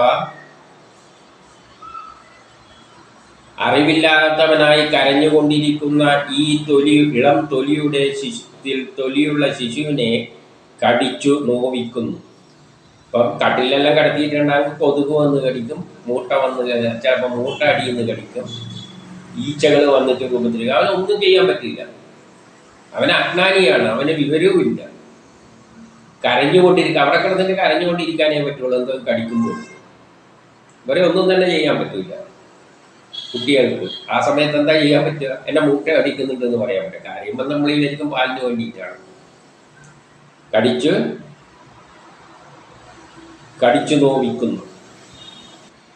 എന്നിട്ട് 28 മുതൽ 29 വരെ പറയുകയാണ്. പിന്നെ അവൻ്റെ വളർച്ചയെ പറ്റി പറയുകയാണ്. ഇത് പ്രകാരം ശൈശവം, കൗമാരം ഇവയെല്ലാം ദുഃഖകരമാകുമാറ്. ഇതെല്ലാം ദുഃഖകരമാണ്. ആ ജീവിതത്തിൽ എപ്പോൾ ദുഃഖേ ഉണ്ടാവും. ശൈശവത്തിലായാലും കൗമാരത്തിലായാലും അനുഭവിച്ച ശേഷം യൗവനത്തിൽ ആർഷിച്ചതൊന്നും സാധിക്കാതെ, യൗവനമാകുമ്പോൾ എന്ത് പറ്റും? അവനെന്തല്ലോ ആഗ്രഹങ്ങളുണ്ടാവും, അതൊന്നും സാധിച്ചില്ല എന്ന് വരും. അതൊന്നും സാധിക്കാതെ അറിവ് കേട് കൊണ്ടുള്ള കോപത്താലും അപ്പോൾ എന്തെങ്കിലും സാധിക്കാതിരിക്കുമ്പോൾ അവൻ എന്ത് ചെയ്യും? അവന് ദേഷ്യം വരും. അവൻ്റെ ആഗ്രഹത്തിനൊന്നും സാധിച്ചില്ലെങ്കിൽ ദേഷ്യം വരും. ശോകത്തോടും ദേഷ്യം കഴിഞ്ഞാൽ പിന്നെ ഉണ്ടാകുന്ന ശോകമായിരിക്കും. ആദ്യം ദേഷ്യമായിരിക്കും വരും, പിന്നെ ശോകം വരും. യുവാവായിരിക്കുമ്പോൾ വല്ല പ്രേമെല്ലാം നടത്തിയിട്ട് അവൾ വേറെ വഴിക്ക് പോകുമ്പോൾ അവിടെ കിടന്ന് ദേഷ്യവും വരും, പിന്നെ പ്രേമം വരും. ഇത് സ്ത്രീകൾക്കും പെൺകുട്ടിക്കും അത് സംഭവിക്കാം. ഒരു പയ്യെ കുറച്ച് കാലം അങ്ങനെ കൂടി പിന്നെ അങ്ങ് പോകാം. അപ്പം അല്ലേ എപ്പോഴും എന്തേ ഉള്ളൂ? കോപവും ദേഷ്യവും എല്ലായിട്ട് യൗവനത്തോടും ശോകത്തോടും ശരീരത്തോടൊപ്പം വളർന്നു വരുന്ന അഭിമാനബോധത്തോടും. ശരീരം വളർന്നതനുസരിച്ച് അഭിമാനം കൂടി വരും.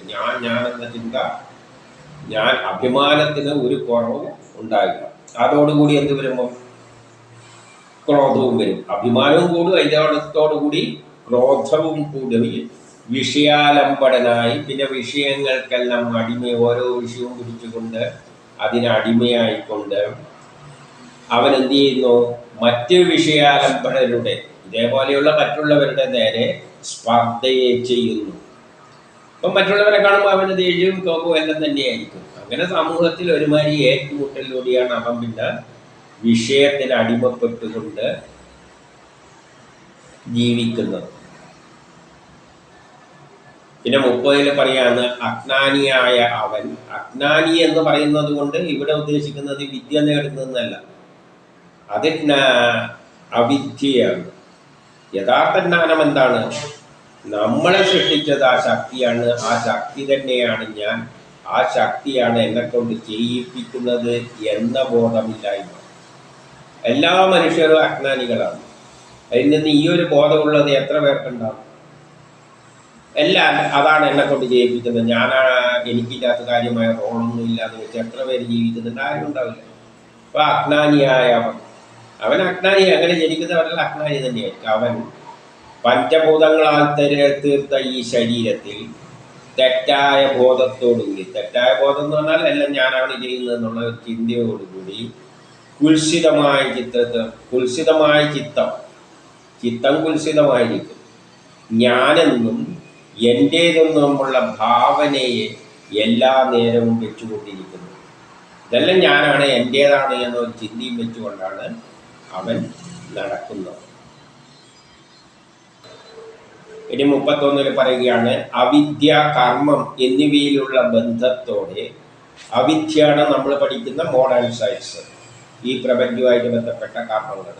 അതെല്ലാം ഞാനാണ് പഠിക്കുന്നത്, ഞാനാണ് കർമ്മം ചെയ്യുന്നത്. ആ ഒരു ജ്ഞാനത്തോടെ, അതായത് ആധുനിക സയൻസ് എല്ലാം പഠിച്ചിട്ട് അത്തരത്തിലുള്ള കർമ്മത്തോടെ മുന്നോട്ടേക്ക് എന്നിവയിലൂടെ ബന്ധനത്തിലകപ്പെട്ടുകൊണ്ട്. അങ്ങനെ കർമ്മം ചെയ്യുമ്പോൾ ബന്ധനങ്ങൾ ഉണ്ടാവും. ഞാൻ ചെയ്യുമ്പോൾ മറ്റവൻ ചിലപ്പോൾ സപ്പോർട്ടാവുമെങ്കിൽ അവന് അനുകൂലം, അവന് എതിർക്കുകയാണെങ്കിൽ അവനെനിക്ക് ഭാര, ഇങ്ങനെയെല്ലാം ചിന്തിച്ചുകൊണ്ട് ബന്ധനത്തിലകപ്പെടും. ഞാൻ ചെയ്യുന്ന കർമ്മത്തിനാരെങ്കിലും അനുകൂലമായി നിൽക്കുകയാണെങ്കിൽ അത് ബന്ധനം, എതിരായി നിൽക്കുകയാണെങ്കിൽ വേറൊരു തരം ശത്രു. ബന്ധനത്തോടെ യാതൊന്നാണോ ക്ലേശമുണ്ടാക്കുന്നത് ആ കർമ്മങ്ങളാണ് അവന് ക്ലേശമുണ്ടാക്കുന്നത്. ഒരു കർമ്മം ചെയ്യുമ്പോൾ എപ്പോഴും ക്ലേശം തന്നെയായിരിക്കും. നമുക്കിപ്പോൾ ഒരു കുന്നുമ്മേൻ്റെ ഒരു ചെടി നടണമെന്ന് വെച്ചോളൂ, എത്ര പാടുപെട്ടിട്ട് മുകളിൽ കയറിയിട്ട് വേണം അവിടെ ചെടി നടാൻ. അപ്പോൾ എല്ലാം ക്ലേശം തന്നെയാണ്. കർമ്മം ചെയ്യാന്നുള്ളത് ക്ലേശം തന്നെയാണ്. ഒരു കർമ്മം ചെയ്യുമ്പോൾ ന്യൂട്ടൻ്റെ 3rd ലോ പ്രകാരം എന്തുണ്ട്? അതിനൊരു എതിർപ്പുണ്ട്. അതിനെ മറികടന്നുകൊണ്ടേ കർമ്മം ചെയ്യാൻ പറ്റും. അപ്പോൾ എപ്പോഴും ക്ലേശത്തോടെ ഉളവാക്കിക്കൊണ്ട് പിന്തുടരുന്നു. ആ ക്ലേശം എപ്പോഴും അവനെ പിന്തുടരുന്നുണ്ട്. അപ്പോൾ എന്ത് ചെയ്യുന്നു? ആ അത്തരമുള്ള കർമ്മം ചെയ്തുകൊണ്ട് അതിലൂടെ അവൻ എന്താണ് ഉണ്ടാകുന്നത്? സംസാര ദുഃഖം ഉണ്ടാകുന്നത്. എപ്പോഴും ദുഃഖവും ഉണ്ടാവും. കർമ്മം ചെയ്ത് കഴിഞ്ഞാൽ ഫലം ചിലപ്പോൾ കിട്ടിയെന്നൊന്നും വരില്ല. നല്ലൊരു കൃഷി ചെയ്യാൻ വേണ്ടിയിട്ട് എല്ലാം നട്ട് കഴിയുമ്പോഴായിരിക്കും വരൾച്ച ഉണ്ടാകുന്നത്, അല്ലെങ്കിൽ മഴ പെയ്തിട്ടെല്ലാം ഒലിച്ചു പോകുന്നത്. പിന്നെ ദുഃഖം തന്നെയായിരിക്കും. അഥവാ എന്തോ സാധിച്ചാൽ തന്നെ അടുത്ത നിമിഷം നമുക്ക് വേറൊരു ആഗ്രഹം ഉണ്ടാവും, ഇത് പോരാന്നുള്ളതല്ല. അതോടുകൂടി ആദ്യ പ്രശ്നം പഴയ അവസ്ഥയിൽ ആകുന്നു. ഇനി 32 പറയുന്നു ഇങ്ങനെയുള്ള ജീവൻ നല്ല മാർഗത്തിൽ സ്ഥിതനായാലും. നമ്മളിപ്പോൾ നമ്മൾ പറയുന്നില്ലേ, ഞാൻ ധർമ്മത്തിനനുസരിച്ചാണ് പ്രവർത്തിക്കും. ഈ ഞാനെന്ന് പറയുന്നത്, ഞാനെന്ന ചിന്തയുള്ളവരെല്ലാം അജ്ഞാനികളാണെന്നാണ് പറഞ്ഞു വെച്ചിരിക്കുന്നത്. അപ്പം ഞാൻ മാന്യമായിട്ട് നല്ല കാര്യങ്ങളെ ചെയ്യും, ഞാൻ ആർക്കും ഭാര്യയൊന്നും വെക്കില്ല എന്ന് പറയുന്ന ജനങ്ങളും, അതായത് സമൂഹത്തിൽ ഏറ്റവും നല്ല ആൾക്കാർ നമ്മൾ പറയുന്നില്ലേ ഇവരെല്ലാം നല്ല അങ്ങനെ പോലെ നല്ലൊരു വ്യക്തി ഒരു തെറ്റും ചെയ്യില്ല എന്നെല്ലാം പറയുന്ന വ്യക്തികളുണ്ടല്ലോ, അവരും അജ്ഞാനികളാണ്. അവർ എവിടെയാണ് വന്ന് പതിക്കുന്നത്? അവര് ലൈംഗിക തൃപ്തിക്കും ഉദരപൂർത്തിക്കും വേണ്ടിയിട്ട് തിന്നാനും കുടിക്കാനും പിന്നെ ലൈംഗിക കാര്യങ്ങളിലെല്ലാം താല്പര്യം വെച്ച് നിൽക്കുന്ന ആൾക്കാരുമായി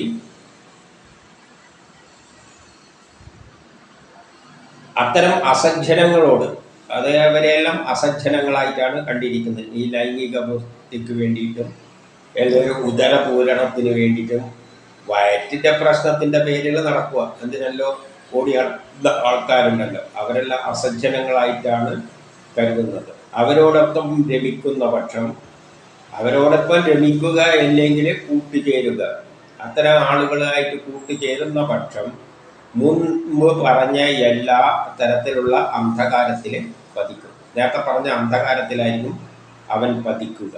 ഇനി 37 പറയുന്നു, അസജ്ജനങ്ങളുമായിട്ട് സംസർഗം കൂടിയാൽ എന്ത് പറ്റും?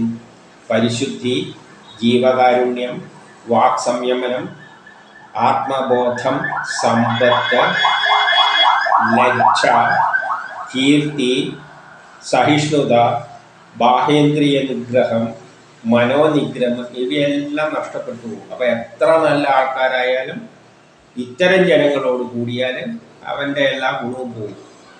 ഇത് 34 ഇത് തന്നെയാണ് പറയുന്നത്. മനസ്സൊതുക്കമില്ലായ്മ, മനസ്സിനെ നിയന്ത്രിക്കാതെ തോന്നുന്ന തരത്തിൽ ജീവിക്കുന്നവര്, ദോഷന്മാരായ, ദേഹത്തെ പറ്റിയുള്ള ചിന്തയായിട്ട് നടക്കുന്നത്, ദേഹങ്ങളെപ്പറ്റി നമ്മുടെ ശരീരത്തെപ്പറ്റി മാത്രം ചിന്തിച്ച് നടക്കുന്നവര്, ശ്രീലംബടന്മാരായി ആടുന്നവര്, സ്ത്രീകളെ കാണുമ്പോൾ അവരെ മുന്നിൽ കിടന്ന് ആടുന്നവര്, സ്ത്രീകളെ കാണുമ്പോൾ എല്ലാവർക്കും പോകും, അങ്ങനെ ആടുന്നവര് ഭയങ്കര പരാക്രമികളായിരിക്കും. പക്ഷേ സ്ത്രീകളെ കാണുമ്പോൾ എല്ലാം കൺട്രോൾ വന്ന് പോകും. ശോചനീയമായ, അങ്ങനെ ശോചനീയമായ അസജ്ജനങ്ങളിൽ എന്ത് പാടില്ല? സമ്പർക്കം ചെയ്തുകൂടാ. ഈ മനുഷ്യന് ഇപ്രകാരം സംസർഗം, ഇത്തരം സ്ത്രീകളുമായിട്ടുള്ള സംസർഗം അല്ലെ ഇത്തരം സ്ത്രീകളുമായുള്ള സംസർഗത്തിൽ ഏർപ്പെട്ട് വരുന്നവരുമായുള്ള കൂട്ടുകൂടി നടക്കുന്നത് കൊണ്ടുള്ള ദോഷം മറ്റൊരു സംസർഗത്തിലും ഉണ്ടാകുന്നതല്ല. ഏറ്റവും മോശം ഈ സ്ത്രീകളുമായിട്ട് ബന്ധപ്പെട്ട സംസർഗമാണ്, അല്ലെ അത്തരം ആൾക്കാരുമായിട്ട് കൂട്ടുകൂടുന്നതാണ്. അതിൽ നിന്ന് അതുകൊണ്ടുണ്ടാകുന്ന ദോഷത്തെക്കാട്ടിയും വേറൊരു ദോഷം വേറെ ഒരു കൂട്ടുകെട്ടിനും കൊണ്ടും ഉണ്ടാവില്ല. ഇപ്പം കള്ളന്മാരുമായിട്ട് കൂട്ടുകൂടിയാൽ പോലും അത്രയും ദോഷം ഉണ്ടാവില്ല എന്നാണ് ഇവിടെ പറഞ്ഞു വെക്കുന്നത്. ഏത് ആത്മീയമായ ഈ വശുവായിട്ട് ബന്ധിപ്പിച്ചുകൊണ്ട്. ഇനി 35 പറയുകയാണ്, ബ്രഹ്മദേവൻ പോലും എന്ത് ചെയ്തിട്ടുണ്ട്? തൻ്റെ മകളുടെ രൂപത്തിൽ ആകൃഷ്ടനായിട്ട്, മകളെ സൗന്ദര്യം കണ്ടിട്ട് ബ്രഹ്മദേവനും കൂടി എന്ത് ചെയ്തു? പിന്നാലെ ഓടി. അപ്പം അവളൊരു മാനിൻ്റെ രൂപം ധരിച്ചിട്ട് ഓടി, പിന്നാലെ ബ്രഹ്മദേവൻ ഓടി എന്നാണ് പറയുന്നത് എന്നാണ് ഇവിടെ പറഞ്ഞ് വെക്കുന്നത്. എന്നിട്ട് 37 പറയുകയാണ്, ആ ബ്രഹ്മാവാണ് സൃഷ്ടിച്ചിരിക്കുന്ന മരീചിതാദികളാൽ ഉണ്ടാകുന്ന ആ മരീചി മുതലായ ഇവരിലൂടെയാണ് ആരുണ്ടായിരിക്കുന്നത്? കശ്യപാദികളാൽ ഉണ്ടായ, അങ്ങനെ കശ്യപനും മറ്റു അവരിലൂടെ ഉണ്ടായ ദേവന്മാരും മനുഷ്യരുമെല്ലാം. അപ്പൊ ആ ബ്രഹ്മാവിൽ നിന്നാണ് ഇവരിലൂടെയെല്ലാം നമ്മളെല്ലാം ഈ മനുഷ്യരെല്ലാം ഉണ്ടായിരിക്കുന്നത്. അങ്ങനെ ഉണ്ടായവരിൽ ശ്രീനാരായണൻ ഒഴിച്ചിട്ട്, ശ്രീനാരായണ മുനി ഒഴിച്ചിട്ട് ബാക്കി വരുന്ന മനുഷ്യരെല്ലാം ഉണ്ടല്ലോ, മനുഷ്യരുടെ എല്ലാവരും തന്നെ ബ്രഹ്മാവിൽ നിന്നുണ്ട് ആദ്യം തൊട്ട് അവസാനം വരെ ഉണ്ടായ എല്ലാവരിലും ശ്രീനാരായണ മുനി ഒഴിച്ചിട്ട് ബാക്കിയുള്ളവരിൽ ഈ സ്വഭാവം കാണാതിരിക്കുമോ എന്നാണ് ചോദിക്കുന്നത്. ബാക്കിയുള്ളവർ ഈ സ്ത്രീകളെ പിന്നാലെ അടക്കേണ്ട താല്പര്യം ഉണ്ടാവും, അത് നിശ്ചയം തന്നെയാണ്. അതുകൊണ്ട് ഈ സ്വഭാവം അവരിലെല്ലാം കാണാതിരിക്കുമോ? അവരിൽ ഇതെല്ലാം ഉണ്ടാവും. കാരണം ബ്രഹ്മാവിൽ നിന്നാണ് ഇതെല്ലാം, ബ്രഹ്മാവ് പോലെ മോളെ പിന്നാലെ ഓടിയതാണ് എന്നാണ് ഇവിടെ പറഞ്ഞു വെക്കുന്നത്. എൻ്റെ 38 പറയുകയാണ്, കപിലനല്ല പറയുന്നത്, എൻ്റെ സ്ത്രീരൂപമായ മായയുടെ ശക്തി നോക്കുക. അപ്പം ഈ ലോകം മായയാൽ സൃഷ്ടിച്ചതാണെങ്കിൽ അതിൽ ഏറ്റവും വലിയ മായയായിട്ട് സൃഷ്ടിച്ചതാണ് ഈ സ്ത്രീ. ആ സ്ത്രീരൂപത്തിൻ്റെ എന്ന മായയുടെ ശക്തി, ഞാൻ ഉണ്ടാക്കിയ സ്ത്രീയുടെ ആ മായയുടെ ശക്തി എന്താണെന്നൊന്ന് നോക്കുക. എന്താണ് ശക്തി? ഈ മായ ദിക്കുകളുടെ ജേതാക്കളായ പരാശ്രമികളെപ്പോലും ഈ എല്ലാ ദിക്കുകളെയും കീഴടക്കിയിരിക്കുന്ന പരാശ്രമിയാണെങ്കിൽ പോലും വെറും ഭ്രൂചലനം കൊണ്ട്, അവളുടെ ഒരു ചലനത്തിലൂടെ അവനെന്താവും? ഇവിടെ കാൽക്കൽ വന്ന് വീഴും. അങ്ങനെയാണ് ആ മായയെ ഞാൻ സൃഷ്ടിച്ചിരിക്കുന്നത്. അതുകൊണ്ടാണ് കള്ളന്മാരെപ്പോഴും, അതിവിടെ പറഞ്ഞിട്ടില്ല, ഞാൻ പറയുന്നതാണ്, കള്ളന്മാരെപ്പോഴും മറ്റുള്ളവയ ഒരു കൂട്ടം കൊണ്ടോ ഇത്രയും ദോഷം വരില്ല എന്ന് പറഞ്ഞാൽ കള്ളന്മാരുമായിട്ട് കൂട്ടുകൂടിയാൽ ഇത്രയും വലിയ ദോഷം സംഭവിക്കാൻ പോകുന്നില്ല. ഏത്? ആ സത്യത്തിൽ നിന്ന് അകന്ന് അജ്ഞാനത്തിൽ പോയി പതിക്കുക. ഇനി 39 പറയാ, എൻ്റെ പാദസേവയിലൂടെ ആത്മജ്ഞാനം നേടാൻ ശ്രമിക്കുന്നവരും യോഗയിലൂടെ അതേ അറ്റത്തിൽ, അതിൻ്റെ അപ്പുറത്തെ അറ്റത്തെത്താൻ ശ്രമിക്കുന്നവരും, ആത്മീയതയുടെ ഏറ്റവും അറ്റത്തെത്താൻ ശ്രമിക്കുന്നവരും സ്ത്രീകളിൽ ആസക്തി ഉണ്ടായിക്കൂടാ.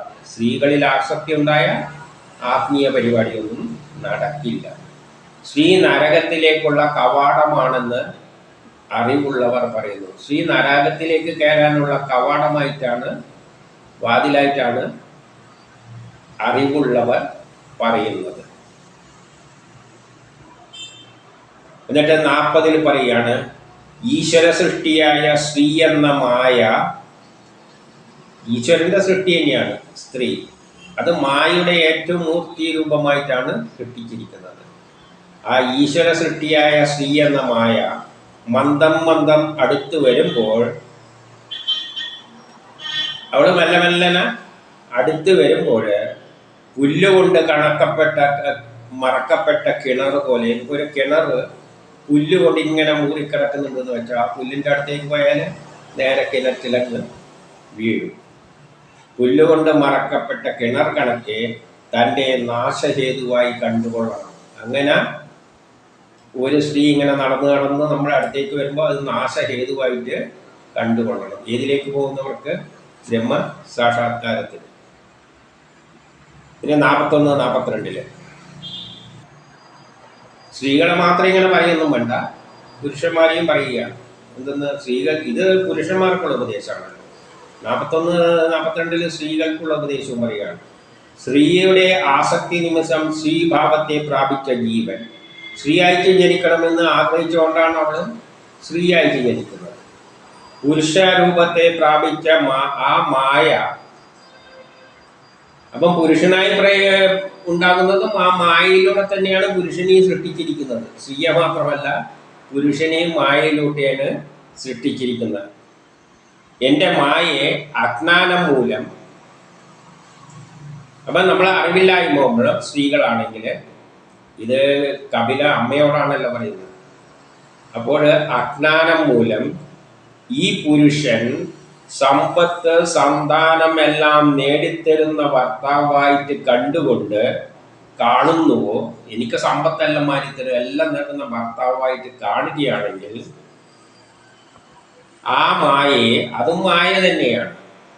വേടന്റെ പാട്ടെന്ന പോലെ, വേടൻ വല്ലതും പാട്ട് പാടുന്നുണ്ട്, അതും കേട്ടിട്ട് വല്ലവരും അടുത്ത് പോയാൽ, മൃഗങ്ങൾ അടുത്ത് പോയാൽ അത് കുടുക്കിലാണ് കുടുങ്ങുക.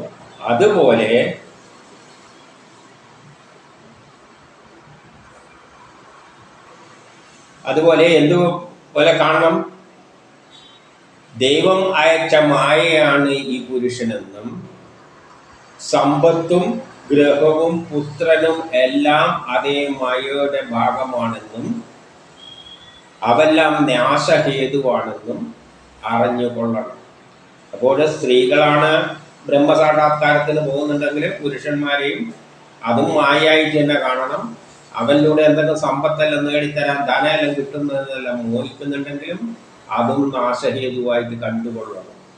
അപ്പോൾ പുരുഷന് മാത്രമല്ല കുഴപ്പം, എല്ലാം മായ കൊണ്ടുള്ള കളിയാണ്.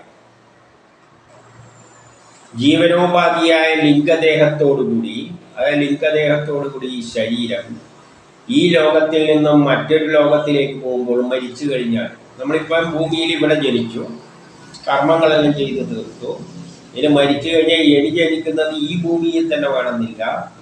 7 ലോകങ്ങളുണ്ട്. 7 ലോകങ്ങളിലും കോടിക്കണക്കിന് നക്ഷത്രങ്ങളുണ്ട്. ഈ നക്ഷത്രങ്ങളെല്ലാം സൂര്യനെ പോലെ തന്നെയാണ്. സൂര്യൻ ഒരു നക്ഷത്രമാണ്. അവിടെയും ഭൂമി ഉണ്ടാകാം. അവിടെ പോയി ജനിച്ചാലും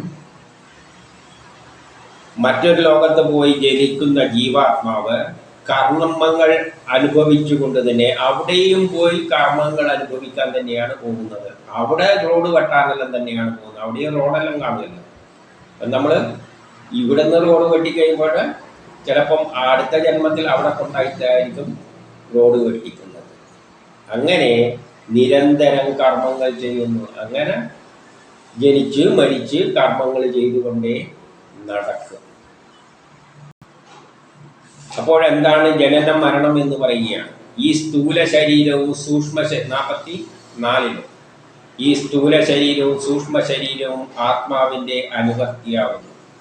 ഈ ആത്മാവ് നമ്മളിലുള്ള ആത്മാവാണ് ഈ സ്ഥൂല ശരീരവും നമ്മളെ ഈ പുറത്ത് കാണുന്ന ശരീരവും അതിൻ്റെ അകത്ത് കിടക്കുന്ന ആ ചൈതന്യം, ഇതിനെ പ്രവർത്തിപ്പിക്കുന്ന ചൈതന്യം, അതെല്ലാം ഈ ജീവാത്മാവിൽ നിന്നാണ് വരുന്നത്.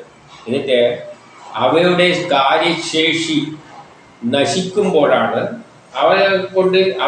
ഇവക്ക് ഒരു കർമ്മവും ചെയ്യാനൊക്കെ വഴിയാത്ത അവസ്ഥ വരുമ്പോഴാണ് മരണം. ജനിക്കുന്നത് നല്ല, എന്നിട്ടോ കാര്യശേഷി വീണ്ടും ഉണ്ടാകുന്നത് ജനനം. അപ്പൊ ആത്മാവ് എന്ന് പറയുമ്പോൾ നമ്മൾ ചെയ്യേണ്ട കർമ്മങ്ങളെല്ലാം, അതിലൂടെയാണ് ഈ ശരീരം ഉണ്ടാക്കിയെടുത്തിട്ട് നമ്മളെ കൊണ്ട് കർമ്മം ചെയ്യുന്നത്.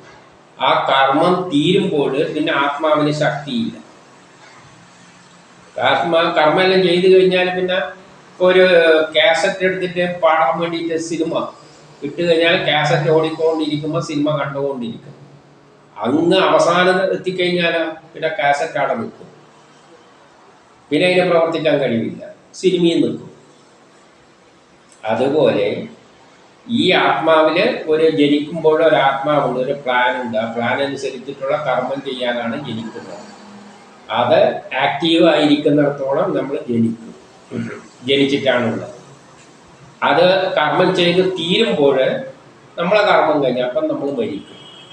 പിന്നെ അത് വേറെ അടുത്ത് പോയിട്ട് പിന്നെയും ആക്റ്റീവ് ആകുമ്പോൾ പിന്നെയും അവിടെ ജനിക്കും.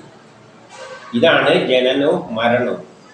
ഈ ജീവാത്മാവിൻ്റെ അല്ലെ ആത്മാവിൻ്റെ ആക്റ്റീവായിരിക്കുമ്പോൾ ജനനവും, ആക്റ്റീവ് അല്ലാതെ ആകുമ്പോൾ മരിക്കും. ഇത് 45, 46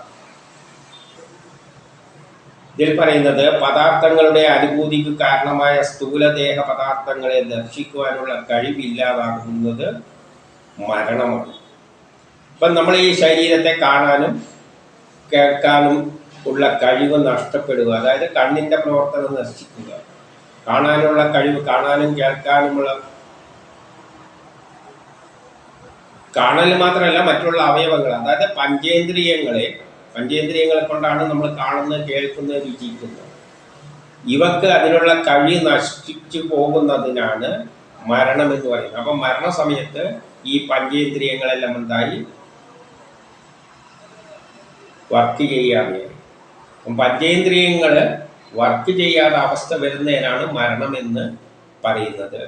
ഞാൻ എന്ന മിഥ്യാബോധത്തോടെ, ഞാൻ എന്നൊരു ചിന്തയുണ്ടായിട്ട് മിഥ്യാബോധത്തോടെ സ്ഥൂല ദേഹത്തെ കാണുന്നത് ജനനം. അപ്പം ഞാനെന്ന മിഥ്യാബോധമാണ്. എന്നിലൊരു ഞാൻ എന്നൊരു ചിന്തയുണ്ട്. എന്നാലും ഗാഠനിദ്രയിൽ ഞാനില്ല. പെട്ടെന്ന് ഞെറ്റ് ഇറങ്ങുമ്പോൾ ഞാനെന്ന ചിന്തയുണ്ടാകുന്നു. അപ്പം ഞാൻ എല്ലാ ശരീരമെല്ലാം നോക്കാം, എല്ലാം അവിടെ തന്നെ ഉണ്ട്, എല്ലാം ആക്റ്റീവായിട്ടുണ്ട്, ഞാനെല്ലാം ഇങ്ങനെ കിടക്കുകയാണ് എന്നെല്ലാം ചിന്തിക്കുന്നതാണ് ജനനം. ഏതുപോലെ എന്നാൽ ഈ നേത്രഗോളത്തിന് കാണാനുള്ള കഴിവ് നഷ്ടപ്പെടുമ്പോൾ എനിക്കും കാണാനുള്ള കഴിവ് നഷ്ടപ്പെടും. നേത്രത്തിൻ്റെ കണ്ണിനാണ് കാണാനുള്ള ശക്തി നശിക്കുന്നത്. അതോടുകൂടി ഈ ശരീരത്തിന് മുഴുവൻ, ഞാൻ എന്ന ജീവന് മുഴുവൻ കാണാനുള്ള ശക്തി നശിക്കുന്നു. അതുപോലെ നേരത്തെ പറഞ്ഞ ഞാനെന്ന ബോധമുണ്ടാകുമ്പോൾ ആത്മാവിന് ബോധമുണ്ട്. ഞാനെന്ന ചിന്തയെല്ലാം ഇല്ലാതാകുമ്പോൾ ആത്മാവും നിശ്ചലമാകും. ഇനി 47 അതുകൊണ്ട് 47 പറയാണ്, അതിനാൽ മരണത്തെ ഓർത്തിട്ട് മഹാഭയം കൊള്ളേണ്ടതില്ല. മരണത്തെ ഓർത്തിട്ട് മഹാഭയം കൊള്ളേണ്ടതില്ല. ഈ ജീവാത്മാവ് നിശ്ചലമാകുമ്പോൾ നമ്മൾ മരിക്കുന്നു, അടുത്ത ആക്റ്റീവ് ആകുമ്പോൾ നമ്മൾ ജനിക്കും. അപ്പോൾ ഇവിടുന്ന് പോയാൽ വേഗത്തിൽ പോയി ജനിക്കും. അതെല്ലാം ഉടനെ അങ്ങ് നടക്കുകയാണ്. പിന്നെ നമ്മളെന്തിനാണ് നമ്മളിപ്പോൾ കിടന്നുറങ്ങുന്ന ഗാഠനിദ്രയിൽ ഞാനില്ല, അപ്പം ഞാൻ മരിച്ചെന്ന് തന്നെ വേണമെങ്കിൽ പറയാം. എന്നിട്ട് എണീക്കുമ്പോൾ നമ്മൾ ആക്റ്റീവായിട്ട് വരുന്നു. ഗാഠനിദ്രയിൽ യഥാർത്ഥത്തിൽ ഞാനില്ല, സ്വപ്നമൊന്നും കാണാതെ ആ സമയത്ത് ഞാനില്ല. അപ്പം അത് അതുപോലെ മരണത്തെ കണ്ടാൽ മതി. പക്ഷേ അവിടെ നമ്മളെ ശരീരത്തെ കളയുന്നില്ല എന്നേ ഉള്ളൂ. മരണമാകുമ്പോൾ ഈ ശരീരം കളയും, വേറൊരു ശരീരത്തിൽ ചെയ്യും, അത്ര വ്യത്യാസമേ ഉള്ളൂ. അതുകൊണ്ട് എന്ത് വേണ്ട, മരണഭയത്തെ കളയണം. മരണഭയത്തെ ഭയക്കേണ്ടതില്ല. ജീവിത നൈരാശ്യം ഉണ്ടാകേണ്ട കാര്യമില്ല. നൈരാശ്യം ഉണ്ടാകേണ്ട കാര്യമൊന്നുമില്ല. ഇതെല്ലാം ആ ശക്തി നമ്മളെ കൊണ്ട് ചെയ്യിപ്പിക്കുന്നത്, അതുമാതിരി ചെയ്തു കൊടുക്കുന്നു. ഇതിനാണ് നമുക്ക് നൈരാശ്യം. അമ്പരപ്പും ആവശ്യമില്ല. അങ്ങനെ ജീവിതത്തിൽ അമ്പരപ്പിൻ്റെ ഒന്നും ആവശ്യമില്ല.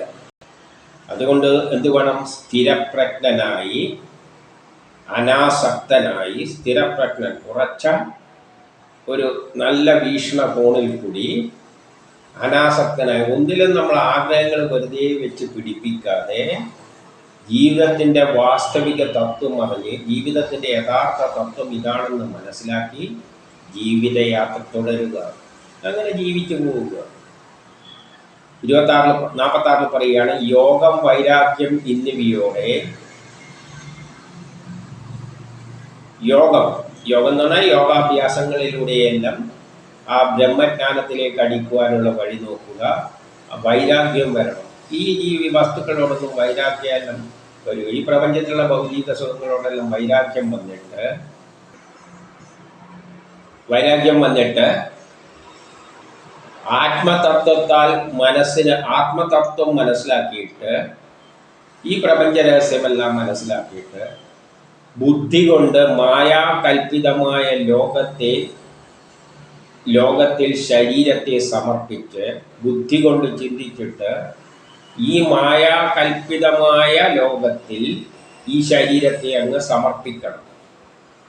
ശരീരം മായാകൽപിതമായ ലോകത്തിൻ്റെ ഭാഗമാണ് ഈ ശരീരം അതിലേക്കങ്ങ് കൽപ്പിക്കുക. അതായത് ശരീരം നമുക്ക് വലിയ കാര്യമൊന്നുമില്ല, ഈ ലോകത്തിൻ്റെ ഒരു ഭാഗമാണ്. ലോകം മായയാണ്. ആ ലോകത്തിൻ്റെ ഒരു ഭാഗമാണ് ഈ ശരീരവും എന്നതിൽ അതിൻ്റെ ലോകത്തിനെ തന്നെ ഈ ശരീരത്തെ ലോകത്തിനായി കൊണ്ട് സമർപ്പിച്ചുകൊണ്ട് ജീവിതയാത്ര നടത്തുക. അപ്പം നമ്മൾ ബുദ്ധി ഉപയോഗിച്ചിട്ട് ഈ പ്രപഞ്ച രഹസ്യം മനസ്സിലാക്കിയിട്ട് എല്ലാം ആ ശക്തിയാണ് നമ്മളിലൂടെ വർക്ക് ചെയ്യിക്കുന്നത്. ഞാനെന്നൊരു ചിന്ത ഉണ്ടാക്കി ചെയ്യിപ്പിക്കുകയാണെന്ന സത്യം മനസ്സിലാക്കിയിട്ട് ആ ബുദ്ധിയോടുകൂടി ഈ ശരീരം ഈ പ്രപഞ്ചത്തിൻ്റെ ഭാഗമാണ് ഈ മായാ ശരീരം. അതുകൊണ്ട് ഈ ശരീരത്തെ പ്രപഞ്ചത്തിന് വേണ്ടിയിട്ട്, ഈ ശരീരം കൊണ്ട് ചെയ്യുന്ന എല്ലാ പ്രവൃത്തികളും പ്രപഞ്ചത്തിനായി അർപ്പിച്ചുകൊണ്ട് ആത്മസമർപ്പണം ചെയ്തുകൊണ്ട് ജീവിതയാത്ര തുടരണം. അതായത് നമ്മൾ കർമ്മം ചെയ്യുമ്പോൾ നമുക്കെന്ന ചിന്ത ഉപേക്ഷിച്ചിട്ട് എല്ലാം കാലത്തിന് വേണ്ടി ഞാനിത് ചെയ്തു കൊടുക്കാൻ വിധിച്ച അതിന് വേണ്ടിയാണ് ഞാൻ ജനിച്ചിരിക്കുന്നത്. അതുകൊണ്ട് എനിക്ക് തോന്നുന്ന മാതിരി എനിക്ക് പറ്റുന്ന തരത്തിൽ ഞാൻ ചെയ്തു കൊടുക്കുന്നു എന്ന നിലയിൽ കർമ്മം ചെയ്തുകൊണ്ട് ജീവിതയാത്ര തുടങ്ങുക. എത്തേണ്ടടുത്ത് എത്തിക്കോളും.